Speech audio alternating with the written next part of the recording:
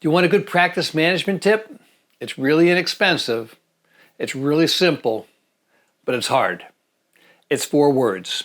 And there are 4 words that were given to me by Harvey Sarner, a financial management guru, about 35 years ago when I went to a course that I thought was on practice management. It actually turned about not to be practice management, but it was about retirement planning.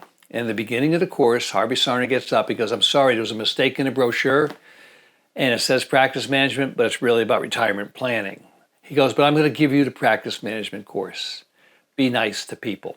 I always remember that. It was 35 years ago. I was in that room for about 5 minutes, and Harvey Sarner, I think about this guy every day. It's all about being nice to people, being nice to your customers, being nice to your patients, being nice to your team, being nice to the woman in the grocery store. It does come back. And I do believe that whatever you put out there comes right back at you. And it's not whatever you put out there 10 years ago or in the future, it's what I put out there today. And lately I've been giving some thought to this one concept. How do I build my practice? How do I build a great life? How do I have great relationships? Well, it's all based upon whatever I'm doing this moment. This moment is going to be magnified to many moments in the future. Where I am today, my weight, my physical appearance, how successful I am, how much money I have in the bank, how my kids are doing, how's my relationship with my wife, are really all not dependent upon today, but they're dependent upon the moments I had before today. If I have a good relationship with my wife, it's because I got up earlier today, I made her a cup of coffee, I brought it up to bed when she was still in bed. It was a nice thing to do. Did I want to do it? Well, yeah, because it's a nice thing to do. Was it a little extra time? Did it make me a few minutes late? I didn't think about that because that moment that I gave her that cup of coffee, there was so much joy in her eyes when she looked at me that I said, well, it was worth it. And it's a habit.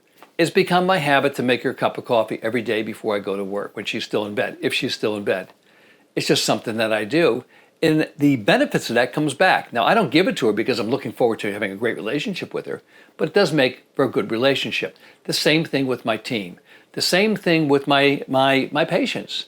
You know, I make that extra phone call. And when I get a phone call from a patient on a Sunday, they're nervous. I got one today. A woman, her name is Kim, she just texted me from California. She has severe periodontal disease. I've been treating her for 35 years. She's worried about losing her teeth. Now, if you looked at her x-rays, you might say, well, she's going to lose her teeth immediately. But I've known Kim for 35 years, and teeth don't fall out immediately, especially if you're getting them cleaned every three months, as she's been doing. Well, she saw a periodontist in California, and the periodontist said to her on her first visit, this young guy says, those molars, those bicuspids have to go. We have to do implants. He doesn't know her. He doesn't have a history with her. As one of my mentors, P.D. Miller, says, more teeth are lost to titanium than periodontal disease. What does that mean? He goes, we're sometimes too quick to condemn teeth, to take them out. When you do that, you can create more problems for the patient than they had by keeping in teeth that may not look as good as we'd like them to look to us. Well, Kim called me today in a panic. Well, she texted me. And we've already had this problem, Kim and I, because she lives in California. She comes back to see me twice a year, but 2 times a year she doesn't see me. And it's been very hard for us to get a dentist to clean her teeth out there. For some reason, there's a long waiting list to get in. So I recommended a periodontist, and she had a terrible experience. He wanted to take out her teeth. So I called a really good friend of mine, whose name I'm not going to use, and I called him up. I go, can you get her in? He goes, no problem. And today he saw her, and he says, you know, you have severe periodontal disease. I think you're better off seeing a periodontist. And he gives her the name of the periodontist that she had a bad experience with. And she is freaking out. So what did I do? I called her up. And I said to her, I said, Kim, your teeth are not going to fall out. Don't worry about what that dentist says. Get them cleaned there twice a year and see me twice a year. If there's never a problem, we'll take care of it. And I've been having this conversation with her for many years. But for me, it's no big deal. It's a phone call, but for her, she's dreaming that her teeth are falling out. She's a very attractive woman. She doesn't want to lose her teeth. She shows them when she smiles, and it means a lot. Those things are very important to people, and oftentimes we as dentists don't realize how important it is. Now, after this video, I'm going to go see a doctor myself. I've been coughing. I haven't been feeling really well for about a week and a half. And I decided I wasn't going to see the doctor. I'm getting better, but I think maybe I should go and see him.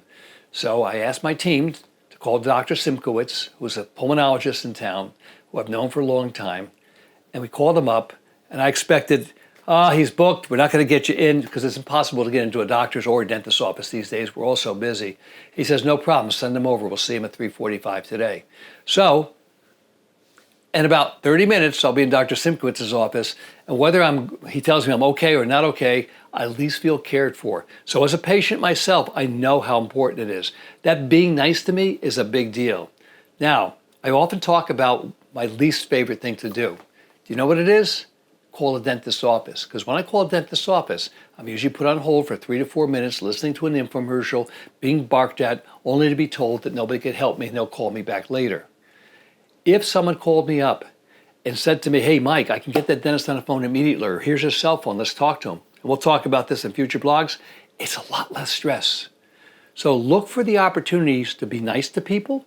Your future will be better, and I guarantee, before you know it, everything is going to be a lot more joyful in your life. Thank you for listening to me today. I know it's a simple tip. Thank you, Harvey Sarner, for telling me about this 30 years ago. And it's made a big difference. And it's something that I think about every day. And every member of my team feels the same way. And that's why I love my team. Have a great day. And remember, be nice to people. Be the gift.